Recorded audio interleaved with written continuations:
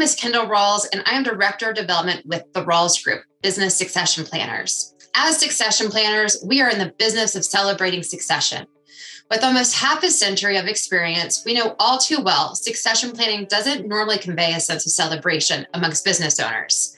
Sadly, succession planning has gotten a bad rap with the assumption it's about planning for exiting a business, retirement, or what happens after death. Yuck. However, I'm here to tell you, let you in on a little secret that successful business owners know all too well. Exit and retirement are only about 10% of what's considered in the succession planning process. And if that is your mindset, you're leaving opportunity to build value and grow your business on the table. If you're a business owner looking to grow, whether that be internally or externally through acquisitions, you need to ensure your family, your key leaders, and your business are ready. Welcome to the Rawls Group Succession Palooza. What better way to celebrate succession planning than to talk about growth in the business? The discussion in this episode of Succession Palooza focuses on acquisition and business succession, why you must have a growth mindset. Let's listen in to Dan Gavin with Bernstein Private Wealth Management, Michael Rosendahl with PCE, and our very own Loyd Rawls as they discuss why it is important to have growth as part of the succession planning discussion. Here we go. Loyd, to kick this off, if a business is looking to transition to and through the next generation, why would business acquisitions be an important aspect of succession planning? Great question, Dan. There's all kinds of growth. You can look at my stomach and tell that.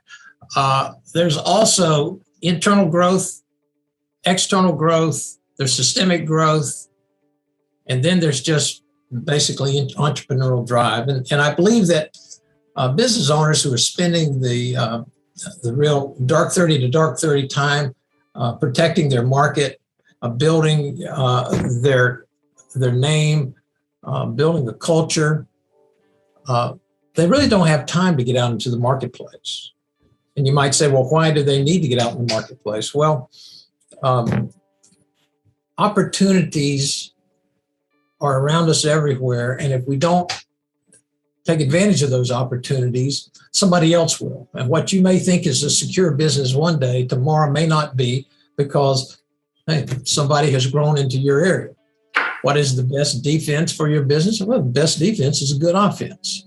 Also, most business owners understand that the greatest return on their capital is redeployed into another enterprise, which they understand, which they can impact personally, versus relying just totally on the investment markets. Investment markets offer an excellent return, but they don't offer the return that internally businesses do. And that's why every business owner I know is looking for growth. If they can take care of it internally, that's a beautiful thing. But typically that is not the case. And if they're looking to fulfill that entrepreneurial drive they've got in their heart, or they're looking for more opportunities because they've got more children than they've got business, or they got more key managers than they've got business, and they've got to look elsewhere. And I can assure you, if you don't create the opportunity for those key managers, those people who are making you money today, they're going to go somewhere where they'll have that challenge, they'll have that opportunity. And that's why growth is important in the family business. So Loyd, if I'm a multi-generational family and I just heard what you said and I totally agree, what are some of the main important things I need to do before an acquisition to get ready or ready the business for something like that? Good question. It really defies the concept of ready, fire, aim. And what do you need to do before? You need to aim. You need to think in terms of what kind of business do I need to purchase? What would be the size? What would be the location? And what's going to be the capital requirements? Size, that's got to be matched with your capital.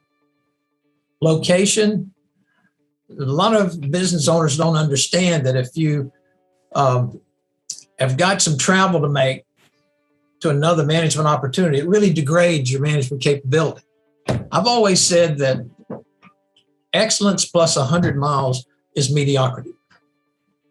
And if you're looking to manage a business, you need to figure out where it's going to be and how you can apply your management resources to that business. You got to inspect what you expect. And if you're planning to buy a business and not be there to make sure that it's following your plan, it's following your strategy, it's complying to your culture, you better not do it. You should keep that money somewhere where it's not going to be challenged, because being there is important. Being able to afford what you're going to buy is important. And being able not to rely on the banks too heavily, because the banking cycles will come. I mean, the cycles are good, the cycles are bad. And if you are not, if you are too heavily reliant on the banks, it's going to be problematic. And that's why you need to aim. You need to think. You need to plan. And you need to strategize with regard to your resources, your time. Can I get to this location? Can I manage it appropriately? Your people. Do I have the people that can go and run this opportunity for me? And my money, can I afford it? Will I maintain the capital reserves for the good times, the bad times? And can I stay in a reasonable relationship with the banks and not jeopardize the mother lode? That's pretty interesting, Lloyd. How should, maybe a follow-up, how should a multi-generational business plan ahead for an acquisition? And what do you think are the key things that they need to have in place to really be successful? Well, Mike, as I mentioned earlier, I think they have to have the resources for growth: time, people, and money. A growth opportunity is a time suck. I mean, you've got to have the time to study the capability of it. You got to have the time to devote to closing that business, to doing the due diligence, and then you've got to have the time to go operate it. You can't do everything yourself, so you got to have the people. You got to make sure that the people are there and that they have your heart. If they're going to be an hour and a half away, you want them to be able to represent you in their thinking and in their actions and in their motives. And you got to have the money. We can't rely too heavily on the banks. Money's cheap right now. Everybody is looking to borrow money. The banks are calling up everyone. They want to make sure that all their money gets deployed. This is going to change. I assure you it's going to change. And the times are going to come when there's going to be pressure, not for the banks to loan the money, but for the banks to get back the money.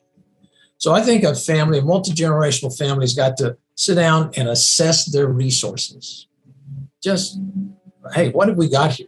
And are we ready for the additional stress?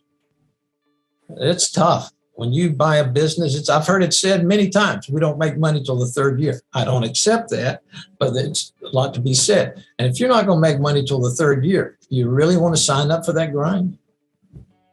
And someone definitely needs to be the champion of that business.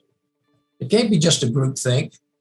Somebody's got to really put their passion into this acquisition and be there, feel it, live it, cry with it, celebrate with it, know the people, know the community. And if all you're thinking is you're going to delegate that to a non-family member, I think you need to think twice. Because somebody within the core family, the ones who are the protector of the values, protector of the culture, they need to be there too. Because it's great when you have a key manager of the caliber who can represent you unequivocally in everywhere you go. But it's rare. And I would inspect what I expect. I would want to have a family member with the passion, in addition to the time, people, and money, that I'm going to make that business work. It's not just a function of dollars and cents, not just a function of return. It's also a function of passion, right? I agree with you about the people. It's probably the most critical element of any acquisition. Ready, fire, aim is a common mistake we see many business owners take when acquiring a new business. You're all ready and then you fire before aiming. In order to set your family, key leaders, and business up for success, you have to match the acquisition strategy for the goals of your organization by asking key questions such as the type, size, the location of the potential acquisition, capital requirements, and long-term business vision. Want to take action but not sure where to start? Contact either Dan, Michael, or Loyd at the email addresses listed on the screen.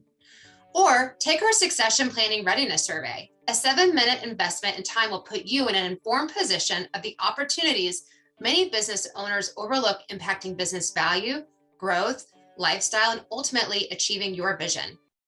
The next episode of the series focuses on growth through acquisition, finances, timelines, and expectations. Continue listening now to the series or come back for more. Each topic featured may want you to learn something new.